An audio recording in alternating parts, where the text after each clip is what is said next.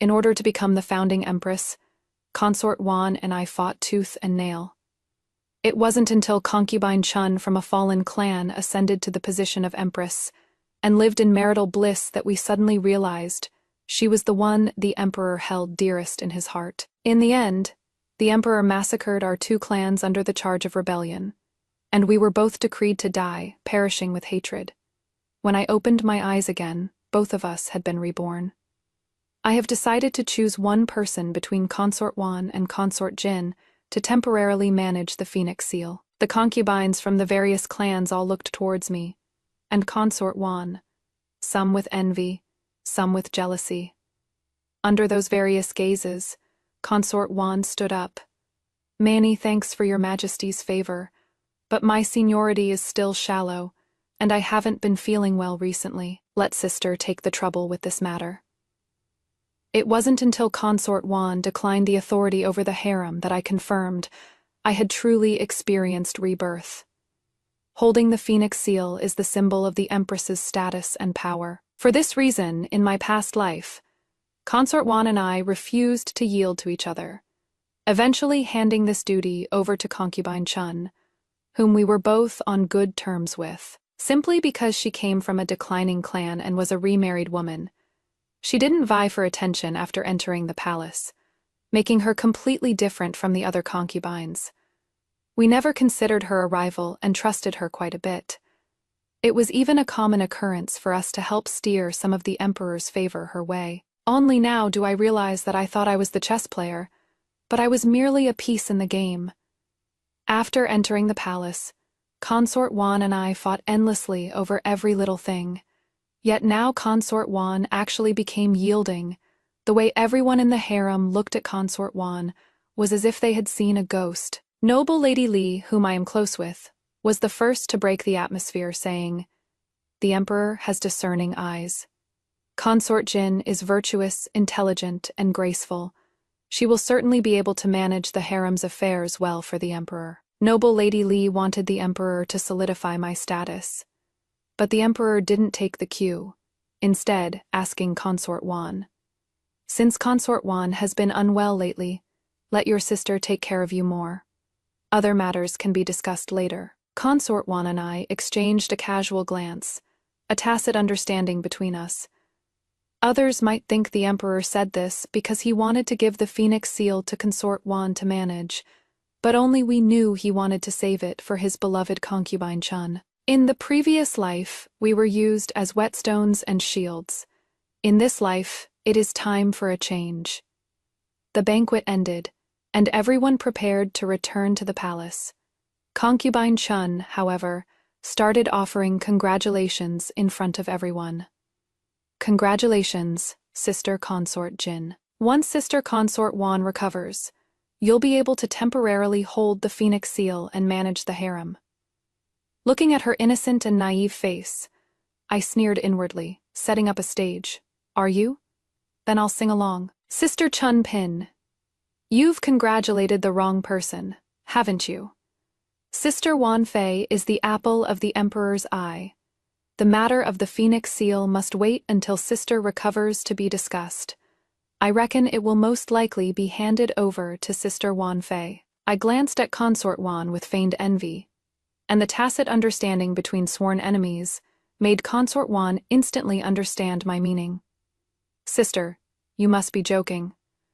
The Emperor spreads his favor equally. All the sisters here receive the same grace." Stopping mid-sentence, Consort Wan exclaimed in surprise, "Eh, Sister Chun Pin, that bracelet faintly visible on your hand. Why does it look to me like the dragon and Phoenix Ruyi emerald bangle?" Hearing this, Yan Pin walked over from her seat and said in disbelief, "It really is the dragon and Phoenix Ruyi emerald bangle. It is said that tying a man and woman's hair in the secret compartment can ensure a love that never fades. To think you actually obtained this item." Concubine Chun flusteredly pulled down her sleeves. "You two sisters perhaps saw wrong. It is just an ordinary bracelet, with no special meaning." Concubine Yan was a bit angry at being doubted, continuing to insist. "Impossible. This is a tribute from our Yan clan. I absolutely wouldn't mistake it. The Yan clan that Concubine Yan belonged to was a prominent merchant family, specializing in seeking out rare treasures and exotic gems from all over.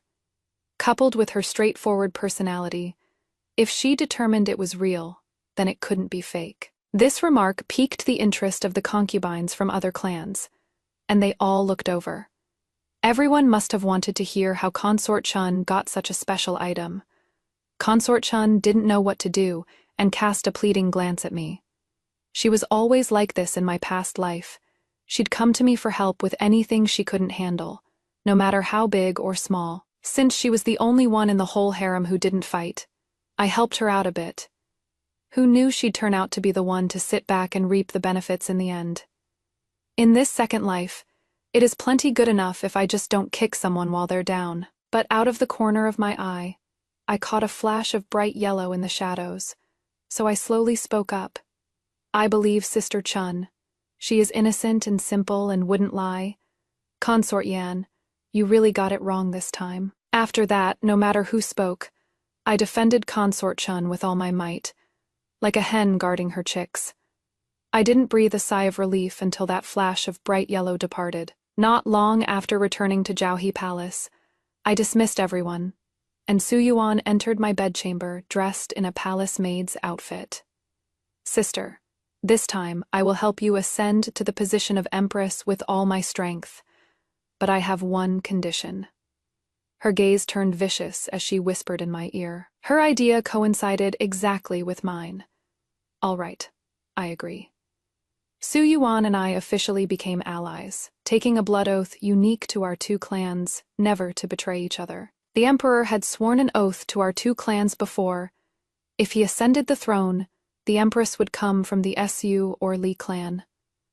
Yet, after obtaining our full support, he went back on his word.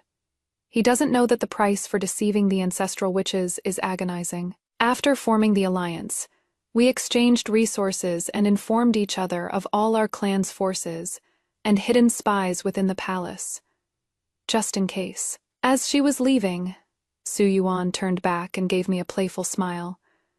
You'd better remove that pot of peonies in the back. There is a strange fragrance inside that prevents pregnancy, you know.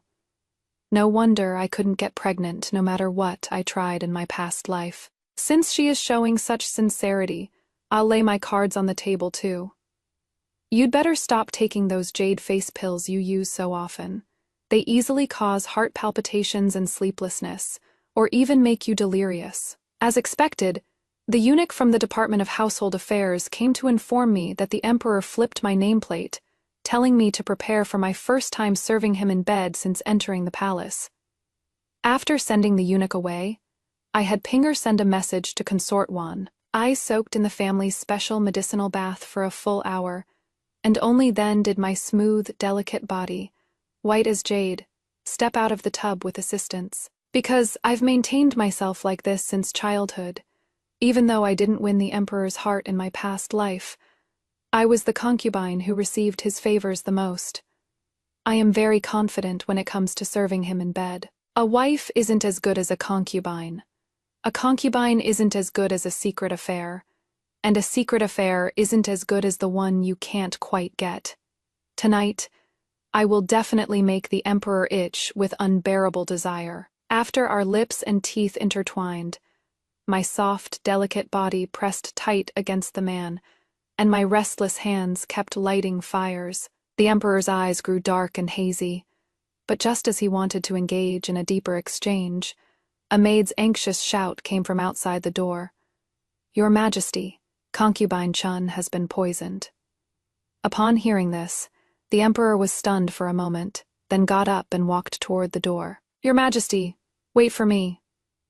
Perhaps because I was too deep in character just now, my voice still carried a soft, sticky charm. But the Emperor didn't stop his steps, leaving only a hastily retreating figure. Pinger came in to dress me. I sat before the bronze mirror and rubbed my eyes hard, switching to an expression of suppressed grievance, then followed after them with satisfaction. By the time I reached Jinghua Hall, I happened to hear the imperial physician's diagnosis. Answering Your Majesty, Her Highness likely consumed aconite by mistake. Fortunately, she didn't ingest much. This humble subject will prescribe an antidote immediately, and she will be fine. The Emperor spoke in a furious tone. Investigate this for us. Get to the bottom of this matter. I secretly pulled my clothing down a bit and walked in with a worried look. How is Sister Chun Pin doing? These people are truly presumptuous. The Emperor knocked the tea handed to him by Eunuch Fu onto the ground. Frightened, I took a step back and knelt down to pay my respects. After a long while, the Emperor walked over and helped me up. Did I scare you? Chun Pin is fine. We are just angry to think there is such a vicious person in the inner palace. If this isn't investigated thoroughly, there will be chaos in the future. I remained silent on the surface, but secretly anticipated in my heart. If it turns out to be the doing of your heart's darling Chun Pin, what kind of expression will your Majesty have then? The Emperor stared at the red mark on my neck, his tone softening considerably. Chun Pin shouldn't be in any danger. Beloved consort, you should go back and rest. I put on a desolate expression. Then this concubine will return to Jiaohe Palace. As soon as I returned to Jiaohe Palace, rare treasures were sent in continuously. It seems the investigation is just about done. He feels guilty and wants to make amends. The next day, the matter of Chun Pin's poisoning was clarified by Eunuch Fu. It was a maid in Chun Pin's palace who, harboring resentment after being punished for a mistake, had maliciously plotted the harm. The Emperor ordered her to be beaten to death. Consort Wan and I learned through an insider that the truth Eunuch Fu uncovered is that all evidence points to Consort Chun staging the whole thing herself. The Emperor gave Consort Chun a way out, but a thorn has ultimately been planted in his heart. The moment you made a move, sister, that Buddhist-style innocent little white flower really exposed her true nature of vying for favor. I calmly took a sip of tea. I noticed it in my past life. I know that in the end, she was the one who had the two of us executed. Su Yuan froze, endless chills bursting from her eyes. No wonder, that day, I bitterly begged the eunuch to tell the Emperor I was pregnant. Yet those castrated men still unscrupulously strangled me with white silk. I thought the Emperor didn't even want his own child, but it turned out to be her. This time, it was my turn to be shocked. Consort Chun couldn't even tolerate an unborn imperial heir. With such character, how is she fit to be the Empress? I can't believe she is this stupid. We just let her find out about your seductive figure, sister. Plus a few whispers from the servants. And she got jealous enough to stage her own poisoning. Doesn't she know that regarding serving the Emperor in bed, she can block it for a moment, but can she block it forever? I stroked Consort Wan's hand. You are clever, sister. Since we get a do-over, let's not be shields anymore. Why not let the arrows aimed at her come a bit more violently? Su Yuan nodded knowingly. Then let's not let her off easily. A few days later, the Emperor was overwhelmed in the Qinzheng Hall. The vassal tribes were restless with a hint of rebellious intent, requiring troops to suppress them. Yet a suitable candidate could not be found. Meanwhile, the story of the Emperor flying into a rage over Concubine Chun's poisoning spread vividly throughout the entire harem. Everyone's eyes were focused on Concubine Chun.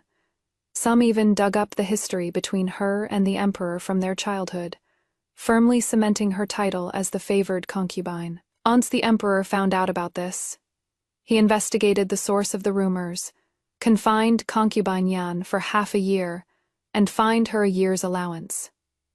Little did he know, the heavier the punishment, the more it confirmed the rumors. Consort Wan and I couldn't help but sigh.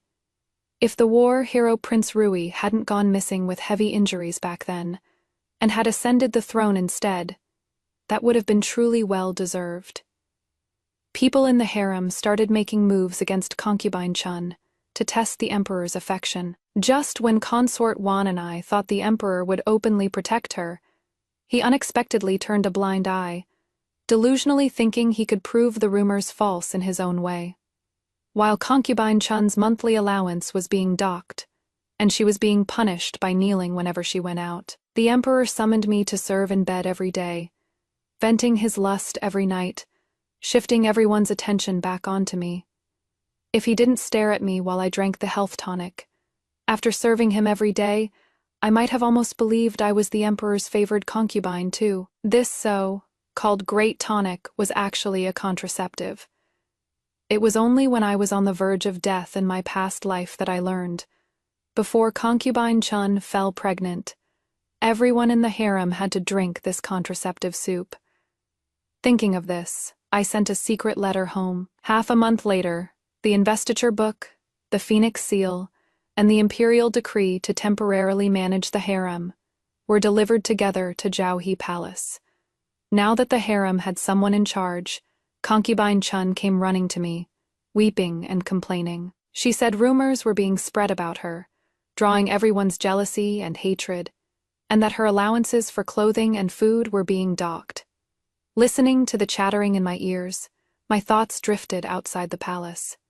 Consort Wan's father fell suddenly ill, and the emperor allowed her to return home to visit her family. We agreed to correspond daily, yet contact has been cut off for the past few days.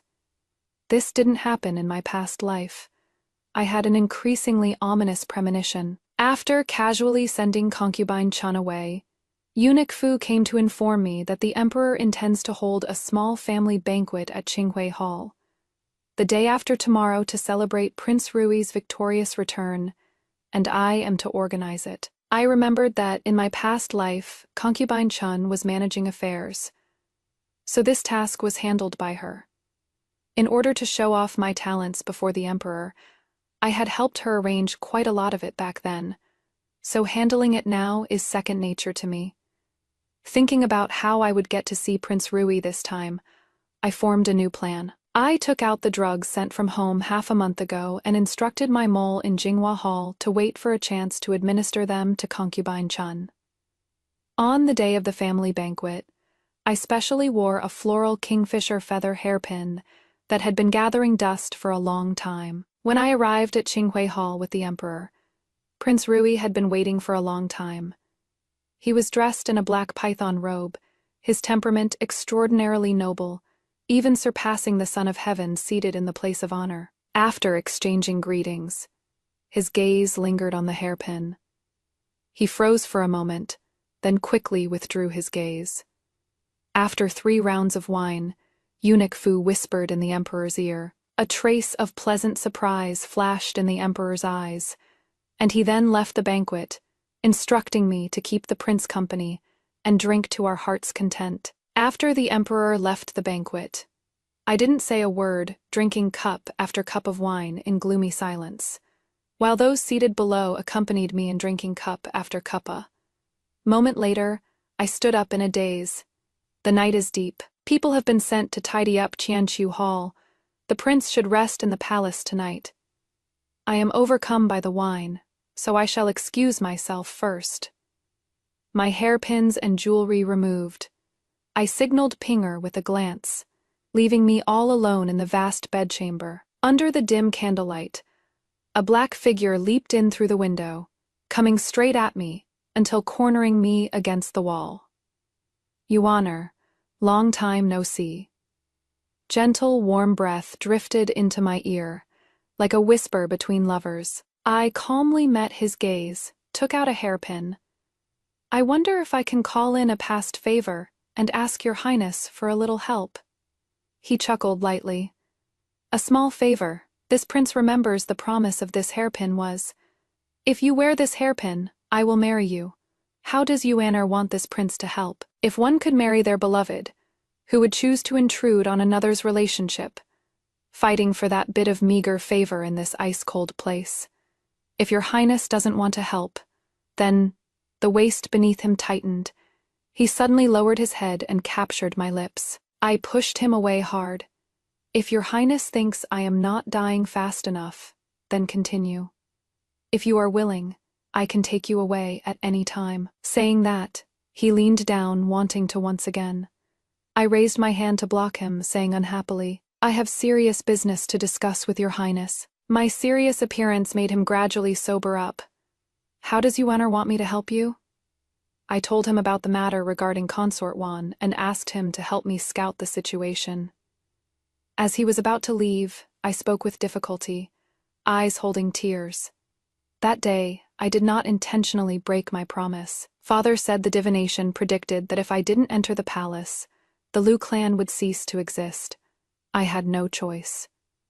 He gently wiped the tears from my cheek for me. I know. The sleeping hall was left with just me alone again. Clutching the exquisite hairpin in my hand, I smiled with satisfaction. 2 years ago, during the process of unifying the world, a massive battle broke out causing heavy losses.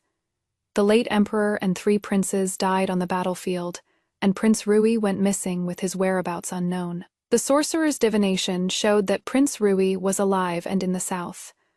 I proposed to Father that I go to Chongguang Temple to chant scriptures for the late emperor and pray for Prince Rui to contribute my humble effort. After Father agreed, I, however, sent people to secretly search for Prince Rui's whereabouts, just to make the future monarch owe me a debt for saving his life, paving the way for my position as Empress. I know full well that the highest position for a woman in this world does not just rely on talent and virtue, but relies more on the heart of the man in the highest position.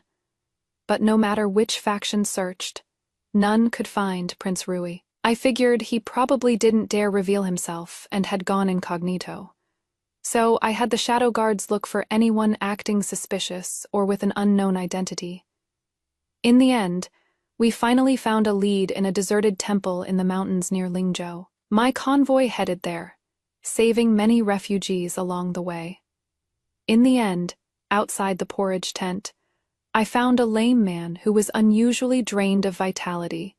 After gaining his trust, I took him to the Chongguang Temple Annex to settle down, treating him like an ordinary soldier. His leg was heavily injured on the battlefield, and the doctor said he wouldn't be able to walk normally again. He was in total despair and wanted to kill himself, but I stayed with him to help him overcome his inner demons, spending a fortune to treat his wounds. Back then, he asked me why I helped so many people and why I was willing to do so much for him. I told him, "You and the others are all heroes. They protect the common people and unify the country.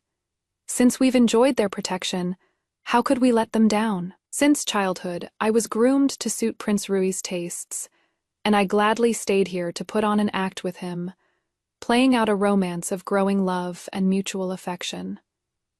After a year of meticulous care, he finally made a full recovery. That day, he handed me a hairpin, saying he bought it for his future bride. I accepted it happily, but didn't put it on. He fantasized about a lifetime with just the 2 of us, while I looked forward to soaring straight up 90,000 miles. He wanted to take me to live in seclusion in the mountains, but I left him without saying goodbye. He actually wanted to give up that supreme throne, wanting to never ask about worldly affairs again. Our paths are different. We cannot make plans together. Since I was born into a noble family, beautiful and clever, I was bound to fight for that position of Empress. If I were a man, I certainly wouldn't get bogged down in matters of love, blocking my own splendid future. News about Prince Rui came in very quickly. The Emperor conspired with the Su family. As long as the Su family is willing to help suppress the Liu family, he will let noble Lady Chun be entered into the Su family genealogy, and the future Empress will definitely come from the Su family. Consort Wan's father claiming illness was also to discuss with Consort Wan, to have her join forces with noble Lady Chun to deal with you. Consort Wan did not trust the Emperor and used heated words to persuade her father, which angered him. She was made to kneel in the ancestral hall for several days. I heard she has given in and will return to the palace tomorrow. The harem and the court are fraught with danger. Yuaner, if you are willing, I can take you away at any time. Looking at the last few sentences, I couldn't help but laugh out loud. Since I have entered the harem, why fear the struggle? The winner becomes king, while the loser becomes a bandit. Since I made the move to spread rumors about Concubine Chun, I knew the Emperor would take countermeasures. Starting over, I won't underestimate the enemy. This help was merely a test for Prince Rui. The Sioux family's defenses are extremely tight. That he could gather information so quickly and send it to the inner palace means his strength is not to be underestimated. Since he is useful, I must maintain him. After burning the letter, I wrote him a reply with earnest words, expressing my sincere feelings for him and the helplessness of being forced to stay in the inner palace. I didn't know how many of his people were in this palace. Late at night, he slipped into my bedchamber again, telling me to wait for him to take back everything that belonged to him, wait for him to come protect me and my family. Hearing this, I nodded with eyes full of delight. All right, go fight for power. Go throw the court into chaos. I was in a great mood. I kissed his lips, taking in every bit of his scorching love. The bed curtains fell, covering a bed of spring scenery. I asked him to help me find that colorless, odorless infertility drug that no one can detect. These past few days, the Emperor has been immersed in the joy of Consort Chun's pregnancy and has been quite lax about contraception. I am going to use this medicine on the Emperor to make him impotent. That way, in the whole harem, only I will be able to get pregnant. Under the Emperor's decree, noble Lady Chun of the Chen clan, who came from a fallen family, has now reclaimed her roots in the Sioux clan and become Consort Wan's own younger sister. The news of Concubine Chun's pregnancy also spread throughout the harem, and the Emperor promoted Concubine Chun to Consort Chun. Among the 3 consorts, 2 were from the Sioux clan, breaking the balance between the Su and Lu clans. It was obvious at a glance which side the Emperor favored, and the tide in both the court and the harem was nearly turning completely to one side.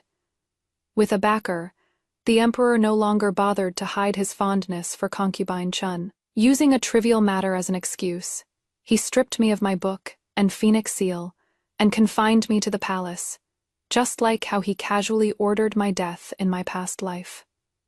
The book and phoenix seal went to the 2 consorts Sioux, with each holding half the power. The maids and eunuchs serving in the palace were reduced by more than half. Going from a bustling doorstep to being completely ignored took nothing more than a single sentence from the one in power. Consort Wan entered Zhaohe Palace dressed as a maid once again. Sister, the Emperor swore an oath in front of father that the Empress must come from the Su family. No matter how much I tried to persuade him, father actually believes it completely.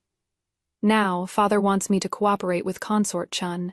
If I don't, he'll send another member of the Su family into the palace to replace me. Consort Wan perhaps doesn't understand why the Sioux and Lu families put so much faith in oaths. But before I died in my past life, I learned from Prince Rui that breaking an oath and deceiving the ancestral witch leads to the severing of one's bloodline. Even if a child were lucky enough to be born, they wouldn't live past 3 years old. The former number 1 noble clan, the Guiyang clan, vanished because of this. Therefore, both the Sioux and Lu families, as well as the late emperor, strictly abided by their oaths. However, the current emperor is a usurper. The late emperor never told him about this, so he has been using oaths to constantly seek benefits for himself. Seeing the resentment in Consort Wan's eyes, I comforted Consort Wan. In that case, sister, you should cooperate well with Consort Chun. Help her deal with me ruthlessly. Make me as miserable as possible. Sister, you know full well that Consort Chun and I are like fire and water yet. Stopping mid-sentence, she looked at me with sudden realization. I nodded. Now that she is heavily favored and holds great power, the thing to fear most is her being cautious and abiding by the rules. Don't you agree?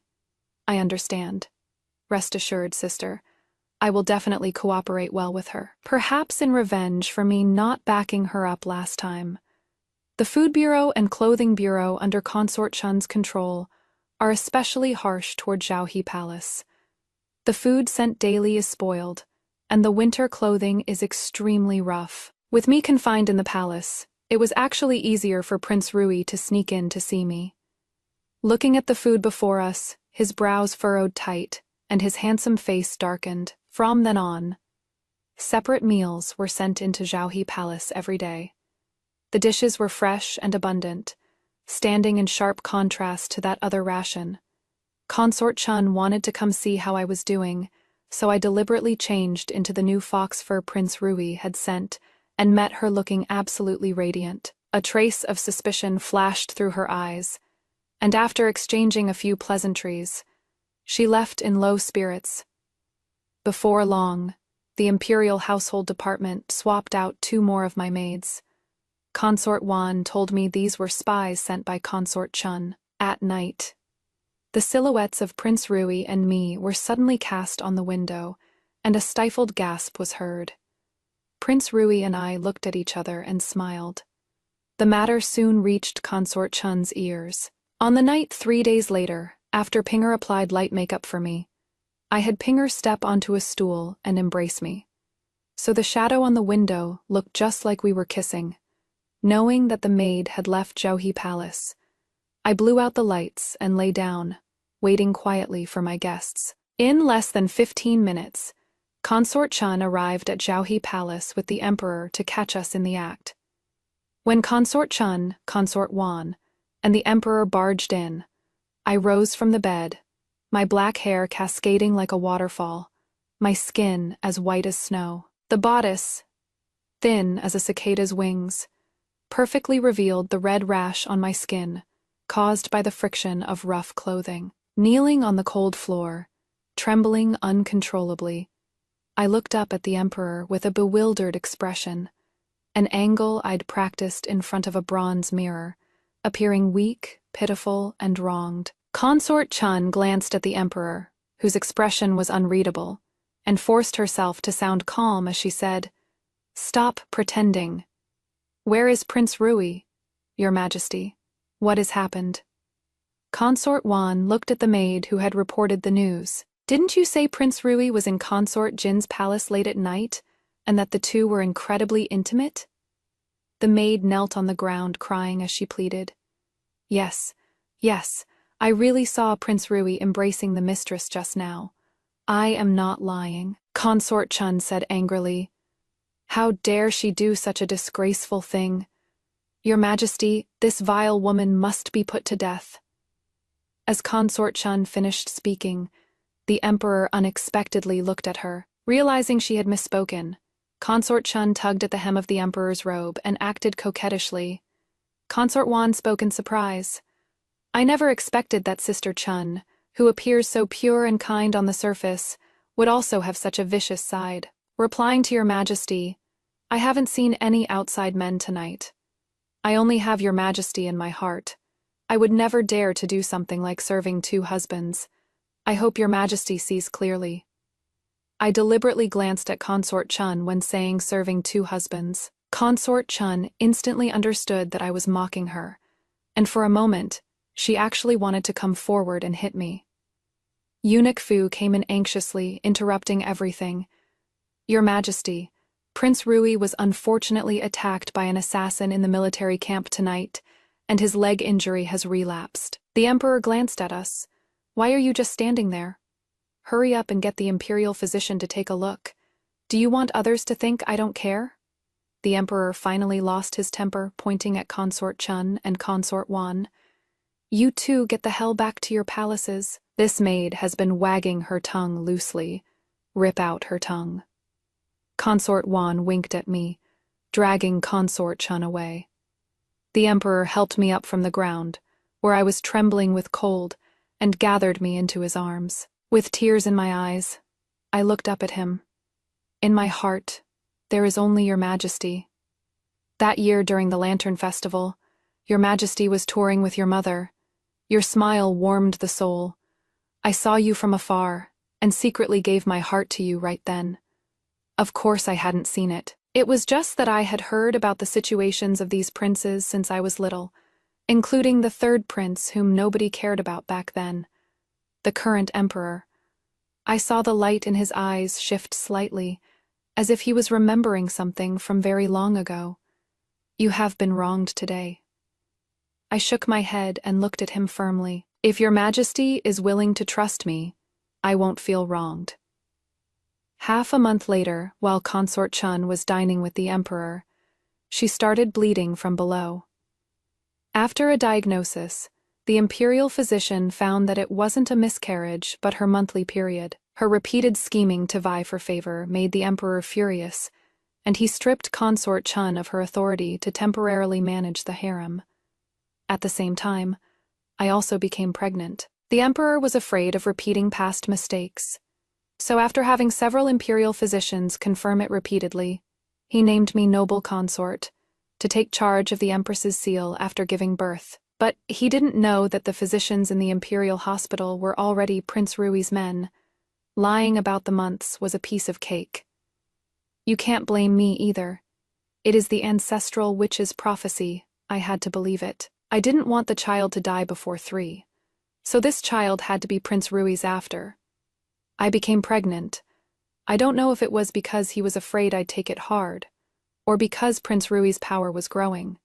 But the emperor stopped suppressing the Liu family. Instead, he focused entirely on preventing Prince Rui from seizing the throne, shutting himself in the imperial study every day. After all, Prince Rui was the heir acknowledged by the late emperor, the one the officials' hearts favored. As for him, he merely used the support of the noble clans to steal someone else's fruit. His title was unjustified. His words carried no weight.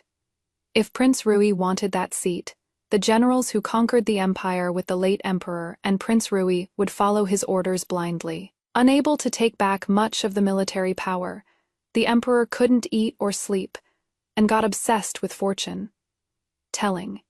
He got someone to do a reading, which said that only by making me Empress could he get rid of the villains. That person spoke so convincingly that the emperor believed it completely, and immediately issued the decree to make me Empress. Looking at Prince Rui's colorful letter claiming credit, I was laughing my head off. But the emperor discovered that even after making me Empress, Prince Rui still hadn't given up his scheming, so he became even more dispirited. Coupled with the jade face pills mixed into my and Consort Wan's food and drink. Accumulating over time, the emperor finally had a mental breakdown. During morning court, he suddenly went crazy and wanted to chop off Prince Rui's head, along with many other ministers. The officials down below all looked grim. It was an extremely ugly sight. Prince Rui ordered his men to send him to the temporary palace to recuperate, temporarily taking over state affairs and wielding all the power of a sovereign. None of the courtiers had any objections. After all, the emperor was crazy, and there was no one to inherit the throne. Even if Prince Rui were to ascend the throne now, it would be considered legitimate. Golden waves rippled in the autumn wind, and withered yellow leaves fluttered down from the branches. Finally, the day of my labor arrived. Whether in the harem or the court, everyone believed that Prince Rui would not let this child be born safely. At this moment, however, Prince Rui was pacing anxiously outside the hall. If I hadn't ordered someone to stop him, he would have charged into the delivery room just now. After a long, long time, I felt my whole body go limp. And finally, a loud cry came from beneath me. It is a prince. It is a little prince. The people in the delivery room immediately cheered with joy. I told them to take him to show Prince Rui. Then I fell into a deep sleep. Later, I heard from Pinger that Prince Rui didn't even look at the child. He rushed into the delivery room like an arrow from a bow, holding my unconscious body and crying bitterly, until the imperial doctor reminded him that I had just fainted from exhaustion and was in no serious danger. After drinking the herbal medicine prescribed by the imperial physician, I gradually got my energy back. Looking at the child in the swaddling clothes, he looked incredibly pleasing to the eye, and I couldn't help but make funny faces to tease him. How about Hanger for a nickname? After saying that, I looked at Prince Rui again. You pick the official name. You have to come up with something imposing, okay? I didn't know what triggered him. Prince Rui actually had the desire to declare himself emperor. When he mentioned it to me, alarm bells instantly went off in my head, and I firmly opposed it. He explained patiently. I want the whole world to know that you aren't his empress. You are my woman. I want to share a bed with you in life, and a grave with you in death, I cried out in anger. So you are going to let me be reviled by the whole world, to become a laughingstock for everyone's gossip? Your Honor, he still wanted to persuade me, but I turned my back firmly, unwilling to continue. Why would I care about other people's opinions? It is just that he can't be the emperor, and even if he changes his mind, the Empress won't change. Only then can I sit in this position with peace of mind. It was silent behind me. A moment later, I hugged him and whispered, "Why care about those empty titles? You are the only husband in my heart. When Hanger grows up, I will retire to the mountains with you. We will be an ordinary, loving couple, and be buried together after we die. How does that sound?"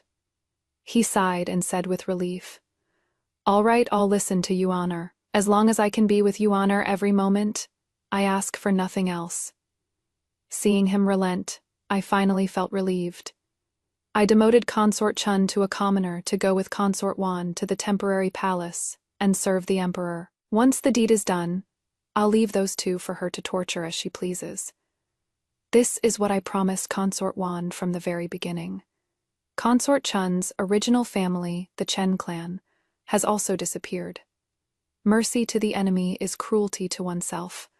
I know this logic well, just as they never spared me back then. Prince Rui found the best grand tutor to teach Hanger, and he personally supervised his studies too, hoping he would grow up quickly and be able to inherit the throne. Hanger was very smart. He could recite poems and classics at 5, and shoot from horseback at 7. I thought about the Emperor and Prince Rui, and couldn't help worrying. Everything else is perfect, but he absolutely must not be bewitched by women.